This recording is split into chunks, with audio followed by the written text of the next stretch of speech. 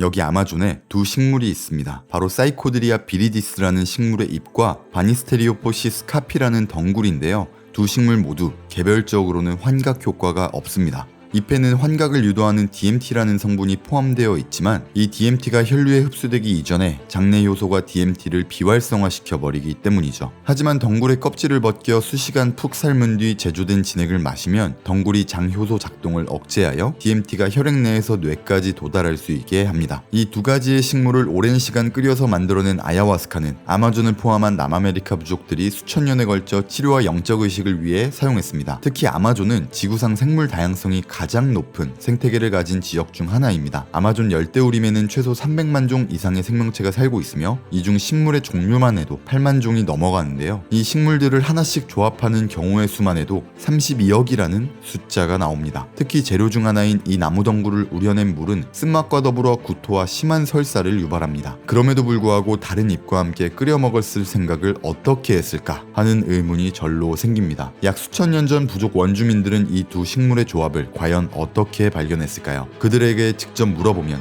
외계인이 알려줬다 라고 대답합니다. 아야와스카를 복용하면 30분 후부터 환각 효과가 나타난다고 하며 1시간 후에는 최고조에 이르러 약 4시간 동안 점점 가라앉는다고 합니다. 이 약물을 복용한 사람들은 과연 어떤 경험을 하게 될까요? 아야와스카를 고용량 섭취하게 되면 가장 흔히 프랙탈 같은 영상을 보게 되며 코끼리나 뱀 같은 동물을 보거나 외계의 존재와 조우한다고도 합니다. 시각적 환각뿐만 아니라 내면의 여행을 떠나며 자아가 사라지는 경험, 우주 만물과 하나가 되는 경험을 한다고 하죠. 어떤 이는 신과 하나가 되는 경험을 했다고 하고 또 어떤 이는 죽기 전에 죽었다 라고도 말합니다. 흥미롭게도 알코올이나 코카인 같은 약물들과 다르게 내성이 존재하지 않으며 중독성도 없다고 알려져 있습니다. 물론 아야와스카가 합법은 아니지만요. 외계에서 심어놓고 같다고 불리며 영혼의 분자라고도 불리우는 이 DMT, 아야와스카 외에도 특정 사막의 독두꺼비에게도 존재하고 우리의 몸속에도 있는데요. 인간이 죽을 땐 여러 신경물질이 분비됩니다. 특히 임사체험을 했던 사람들에 의하면 주마등이 스쳐 지나간다고 하죠. 그 이유가 DMT 때문이라는 의견도 존재합니다. 여기 이 DMT와 같은 환각 물질을 호흡을 통해서 분비시킬 수 있다는 주장도 있습니다. 1970년대 미국, 이와 같은 환각 물질들이 법적으로 제한된 이후 환각제와 더불어 변성의식 상태를 연구하던 정신과 의사였던 스타니슬로브 그로프 박사는 수천 년간 이어져 온 요가 수련 방법 중 하나인 프라나야마 호흡법에서 이를 합법적으로 대체하기 위한 방법을 고안해냈습니다. 그것이 바로 홀로트로픽 호흡법입니다. 약 4시간가량 진행되는 이 호흡법은 변성의식 상태를 경험하게 해준다는데요.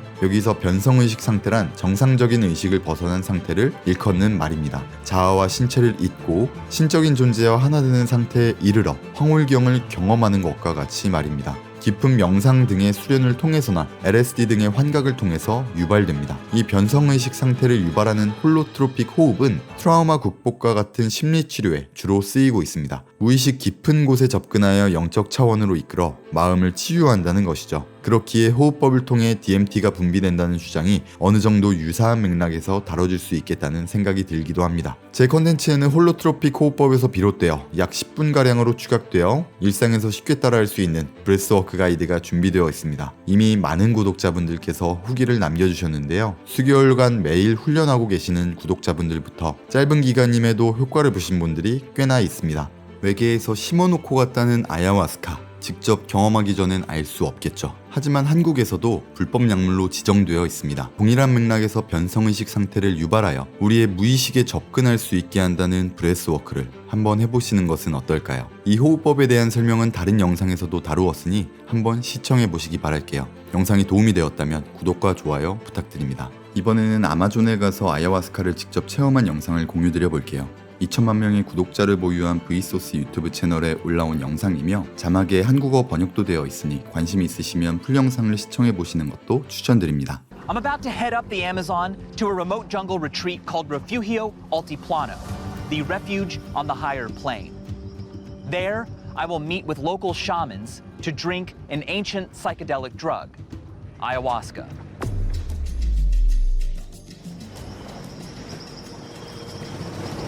Ayahuasca contains dimethyltryptamine, DMT, a molecule shaped very similar to serotonin, a neurotransmitter in our brains. Ingesting ayahuasca and flooding the brain with DMT leads to what many describe as spiritual experiences, strong, vivid visions, a sense of oneness with the universe, even a sense of oneself dying. But mystical, magical language like that doesn't really seem relevant to scientific inquiry. It can often scare away those who are scientifically minded. However, understanding of the human mind isn't complete unless it considers everything the brain is capable of. What does it mean to feel at one with the universe?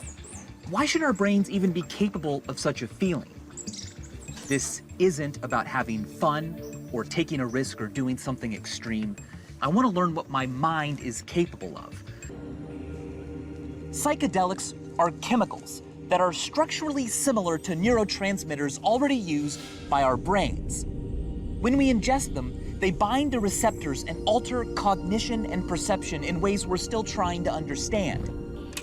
When many people think of psychedelics, they think about people challenging societal norms and recreational thrill seekers. But that only attends to a particularly narrow slice of human history and culture. Fossil records, cave drawings, and archaeological digs have all provided evidence that humans have been using psychedelic compounds for thousands of years. And by used, I don't just mean in the stereotypical trip out sense. For instance, among the indigenous peoples of the Amazon rainforest, psychedelics were, and in many places still are, a normal, common, and totally mainstream experience.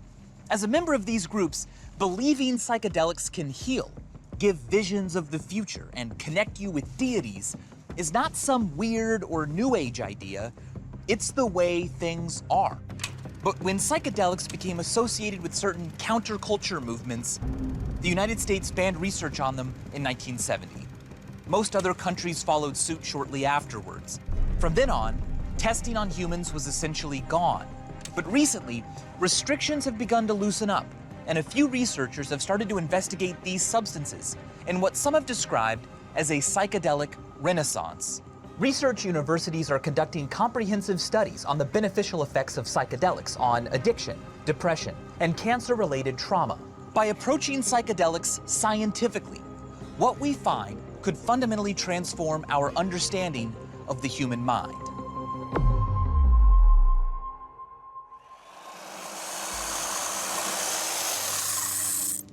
When I go to Peru, I will be accompanied by Dr. Robin Carhart Harris, one of the first British researchers in over 40 years to investigate the effects of psychedelics on the human mind. He and his colleagues have found that psychedelics don't increase brain activity, as previously thought. Instead, they decrease activity in certain areas. And the greater the decrease, the greater the reported feelings of what is called ego dissolution, or ego death. Your ego is your self-identity. It's the part that separates you from everything else. The part that creates narratives about the outside world and your story in it. When the ego dissolves, your sensations and feelings don't cease, like when you're unconscious. Instead, your attachment to your identity does. And all that's left is naked perception. Ego dissolution is a concept that I find difficult to wrap my head around. But people who take psychedelics say that it can be an extremely frightening experience, but also a profoundly transformative one that makes them feel more connected to others and to nature. Today we are scanning Michael's brain with functional magnetic resonance imaging, or fMRI. This allows us to see the whole brain and how different parts connect and talk to one another. This way we can compare how Michael's brain may change before his experience with ayahuasca to after the ayahuasca experience. I expect to see that one network of the brain that relates to introspection will become more strongly connected after the ayahuasca. It was a long journey, and every minute I got closer meant it was that much harder to turn back. The Refugio Altiplano retreat is in a remote area of the Amazon rainforest in the northern part of Peru. It would be an authentic setting for my ayahuasca experience. So Kelly, what does the word ayahuasca mean? Ayahuasca means the vine of the soul. Ayahuasca has been used for possibly over 4,000 years in shamanic rituals and is the primary plant medicine for healing in the villages. Study. We do know that its key ingredient is dimethyltryptamine, or DMT, which is a hallucinogen thought to occur naturally in the human brain in small amounts. DMT can create psychoactive effects by acting on certain receptors in the brain. But normally, DMT is broken down rapidly by enzymes in the brain. However, ayahuasca is actually a brew made from two plants. One contains DMT, and the second contains a chemical inhibitor that blocks our body's ability to break down DMT, allowing the effects to last for hours. With different psychedelic drugs to ayahuasca, like LSD and psilocybin, also DMT, we've found some quite consistent changes in brain activity. We've seen that the brain activity is richer and more varied. Of course, we can't wheel a MRI scanner up into the jungle, so the EEG setup that we have is pretty much the best possibility that we have to do this.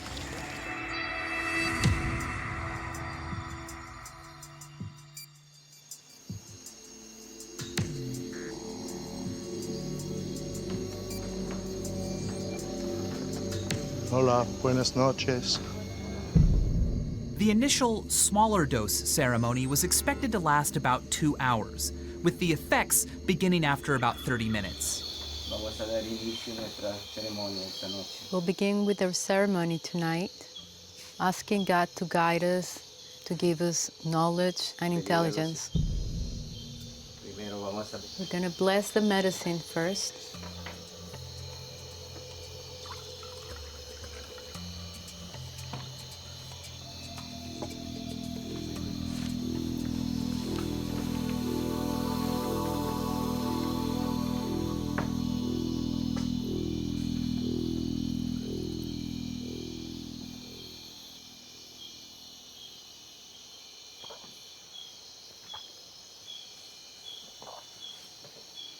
The ayahuasca tasted earthy. Maybe also a bit like fennel or something. It's hard to say. I never tasted anything like it. After swallowing it all, my heart started racing. It was the most nervous I would be all night. DMT from the ayahuasca was flowing into my blood and brain. There was no going back.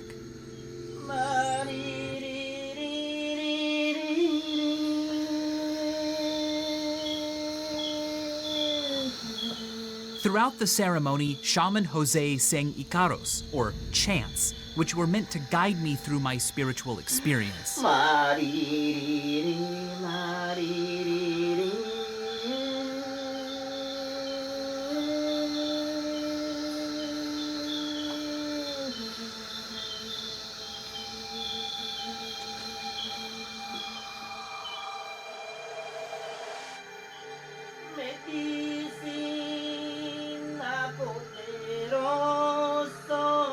The initial dose was meant to gently introduce me to ayahuasca.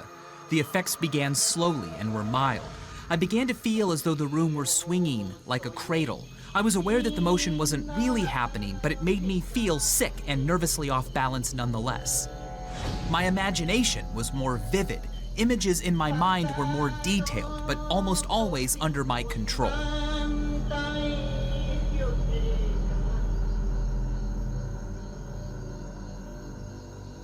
The ceremony ends when the shaman lights a candle.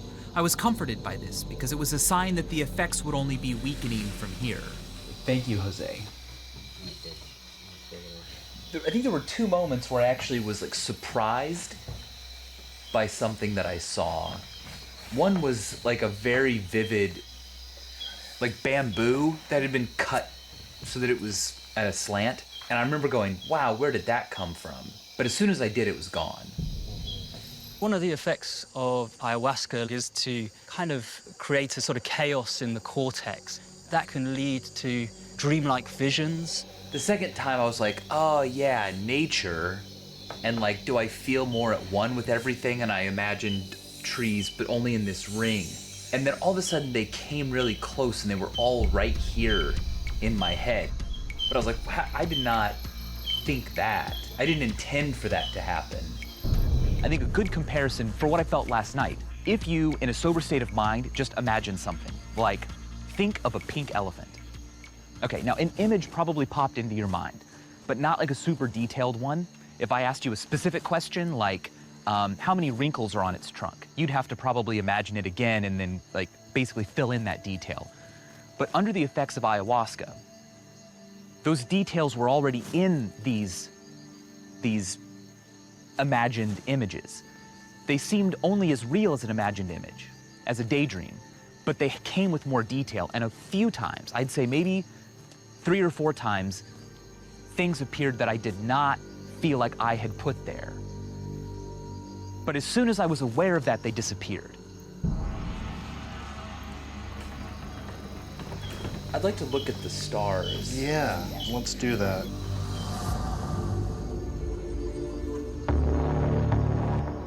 The morning after my initial dose of ayahuasca, my head was clearer, and I wanted to discuss my experience with Shaman Jose.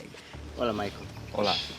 Has tenido una introducción. You've had a perfect introduction ceremony.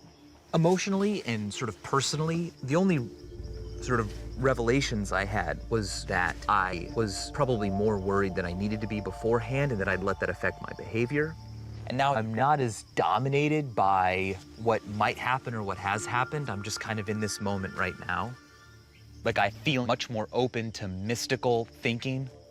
Que hacemos esto más completo. He recommends that you complete with more medicine tonight so that this will help you complete the insight into yourself. Last night, I had a third of a cup. Esta noche va a ser 3/4. 3/4 will be the dose for tonight. 3/4, okay. It's weird. I had an intention going in. I experienced this as a very interesting scientific endeavor, but I'm fascinated by how I want it to have meaning. I feel like I didn't hit that oneness yet. Tonight might be different. Michael's getting the high dose tonight, and the experience is very likely to differ quite substantially from the dose that he had last night. I'm interested in personal development. I know that that's a big part of ayahuasca for a lot of people.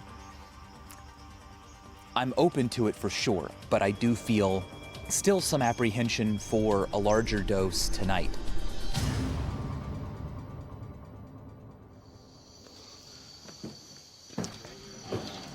Hey, Michael. I'm here to pick you up for ceremony.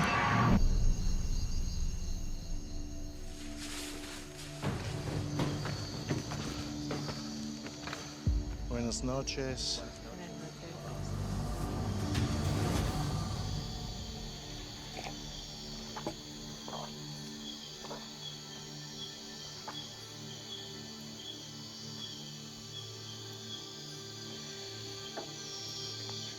The higher dose ceremony was expected to last 4 hours with stronger and more vivid hallucinations.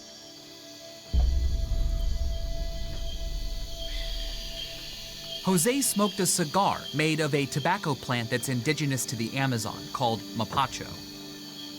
The smoke is believed to clean the energy fields of the body and remove negativity from the ceremonial lodge. The second ceremony included another shaman, Daniel, who drank and sprayed floral water.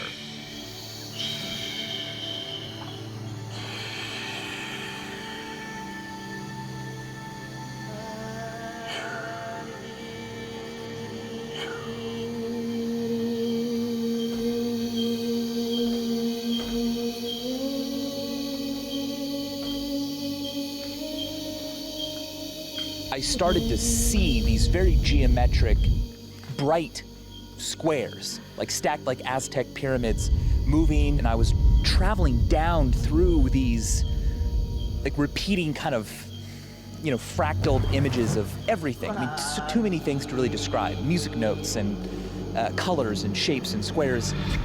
Then I started to feel like, oh my gosh, this is going faster and faster, and this is too fast, and it hasn't even been that long. And then I felt my body being covered with these blocks, and I saw my body from above and felt like I was disappearing. And that's when my heart started racing, and I said, this was very bad. This is not good. A lot of emotions I always have were amplified so loudly I couldn't ignore them. And I had to come up with ways to console myself so that I wouldn't be consumed by them and have a complete breakdown and panic attack. And I resisted, and I successfully brought myself back to calmness just by saying, I'm fine. I'm not going to die, and everyone here can help me.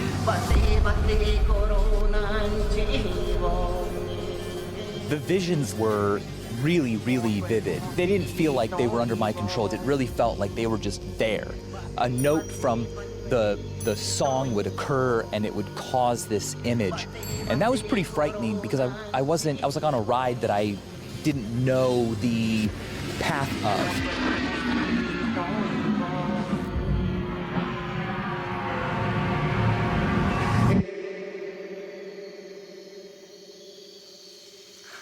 Robin? Yep. I can do the EEG now. Yeah, sure. I spent a lot of the ceremony being anxious about having to do these tests with Robin. I don't know how to deal with the lights coming back on and Robin talking to me and asking me questions, but the more I concentrated on why I feel anxious, the more I realized it was just about me. It was about how I felt. But then I said, I'm here to do a show. We're filming this. Robin wants this data. Everyone will be happier if I do it. So I'll just tell Robin I'll try my best.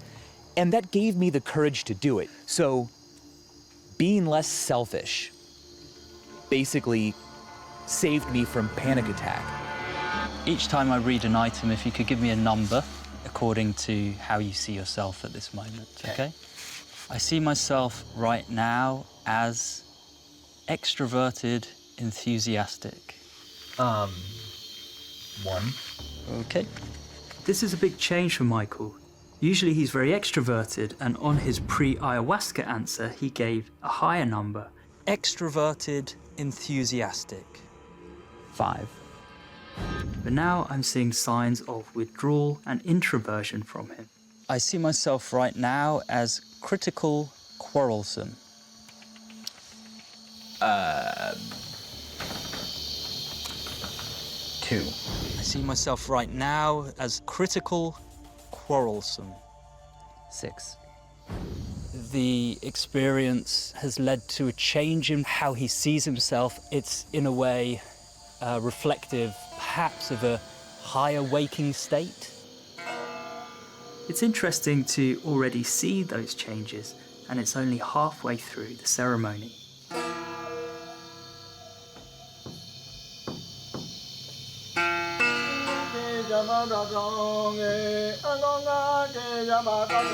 Shaman Daniel sang in Shipibo, an indigenous language spoken by only 5,000 people in the world. I'd always been frustrated by the difficulty people have explaining what it feels like to have a psychedelic experience. And now I know why. It's a different state of mind. And trying to describe it is like trying to describe anger to someone who has never felt it, or what colors are like to a blind person.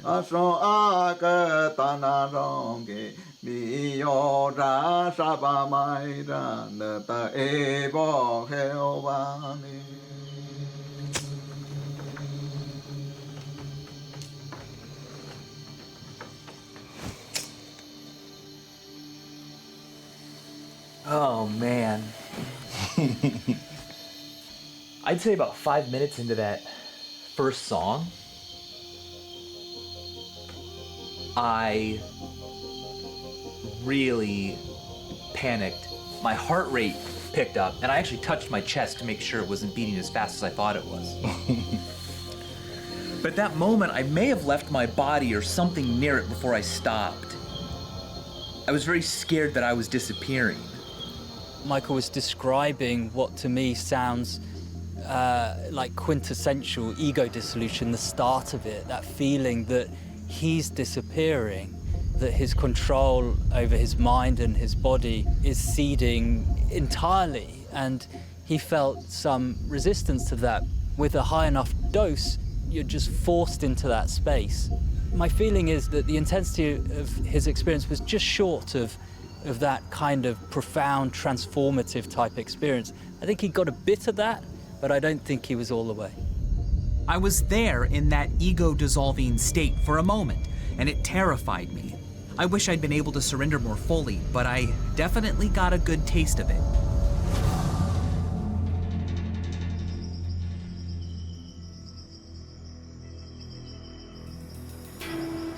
So the dosage last night was much higher. Yes. Visions, the visuals were really vivid, and the feeling of strangeness was really strong. I'd be curious to know what Jose was doing last night. What was he reacting to that he saw in me? What plans did he call forth and why? Yo tenía claro que estabas He knew pasando. you were going through an intense ceremony. It was strong for you. Pero yo estaba But he contento. said he was very happy because he knew this was going to have a positive ending for you. I'm really interested in what the lessons were. I felt so small and so humble. But honestly, I liked it. I wasn't afraid of it. I was glad to be reminded that I'm weak. I feel like the experience amplified everything I'm concerned about, way above what would be a normal amount to care about it. But that made my fear and anxiety big enough that I could actually relax them. The question is, will I remember to apply that, or will this kind of stay in the jungle? Before leaving Peru, I completed one last round of tests with Robin Now place this on your head. in order to gather data after my higher dose of ayahuasca. Thank you so much. Thank you. I can't wait to see you back in LA and see what other thoughts you've had with these tests. Being here in the jungle is more organic. Because of that, I feel that I've collected data that's going to tell us something important and meaningful about how psychedelics and ayahuasca specifically work on the mind and the brain.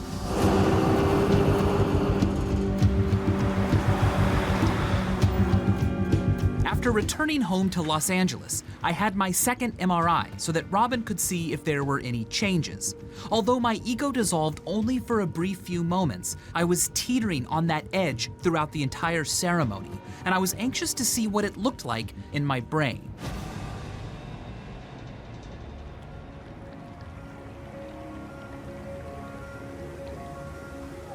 Robin, welcome to my home. Thank you for coming back. I can't wait to see what results you got. Yeah. How did ayahuasca affect my brain? Okay, so we found something quite interesting. We found that your brain activity became more complex, more diverse, more rich, more varied under the ayahuasca than at baseline. What does it mean to have more complex brain activity in terms of how I experience things? I think we can understand it in terms of the richness of your imagination, of your ideas. Trains of thought can be more varied, more changeable, more dynamic. I definitely experienced that. Yeah. All right, you looked not just at my brain through the surface, but you went deep inside. Yeah. What did you notice there? You looked at a particular brain network called the default mode network that seems to relate to our sense of self or ego. We've seen in other studies that during a psychedelic experience, that network is dramatically compromised. It shows a kind of disintegration, and actually that process relates quite strongly to people's ego dissolution. And yet after the experience, the network comes back as a kind of reset or a kind of rebooting of the network. And what we found in your brain after ayahuasca, as predicted, was that your brain reset. The network became more cohesive, more integrated, more strongly connected within itself. Wow. Yeah, you know, afterwards I really did feel much more preoccupied with my identity and my past, my future. Yeah. You asked me a lot of questions before and after about my insight into experiences. Yeah. How did those compare? Well, actually, we saw something really nice in those data. So your ratings of insight for the journey, the lower dose, and then the higher dose with ayahuasca, and what we saw was that there was a graded increase in your levels of insight. So your score at baseline was 27. After the low dose experience, it was 39. After the high dose ceremony, it was 49. Yeah, I definitely felt the larger the ayahuasca dose, the more I considered and learned about myself. Yeah. Well, Robin, I'm glad that we were able to do such a, in the environment type study. So thank you for coming all the way out to Peru with me. I really appreciate it, and I hope that I helped. Yeah, it's been a great experience and I've learned a lot. As I look back on it now, I feel like my experience with ayahuasca was one of resistance. Instead of surrendering myself to its effects, I dipped in and then got scared. And I told myself, it'll be all right, I'm not going to die. But I should have just gone in and through. That said, I learned a lot about how to control anxiety, that relinquishing control and selfishness can make it vanish. But perhaps in doing so, I lost the chance to experience my mind operating without the controls and dampening I'm so used to, that I'm more comfortable with. Scientists like Robin have managed to break through tight legal restrictions surrounding these substances and have begun to find out what they can teach us about the mind. Their findings so far are just the beginning of our understanding of these powerful compounds, which shows us how much we have yet to learn about the mind and brain.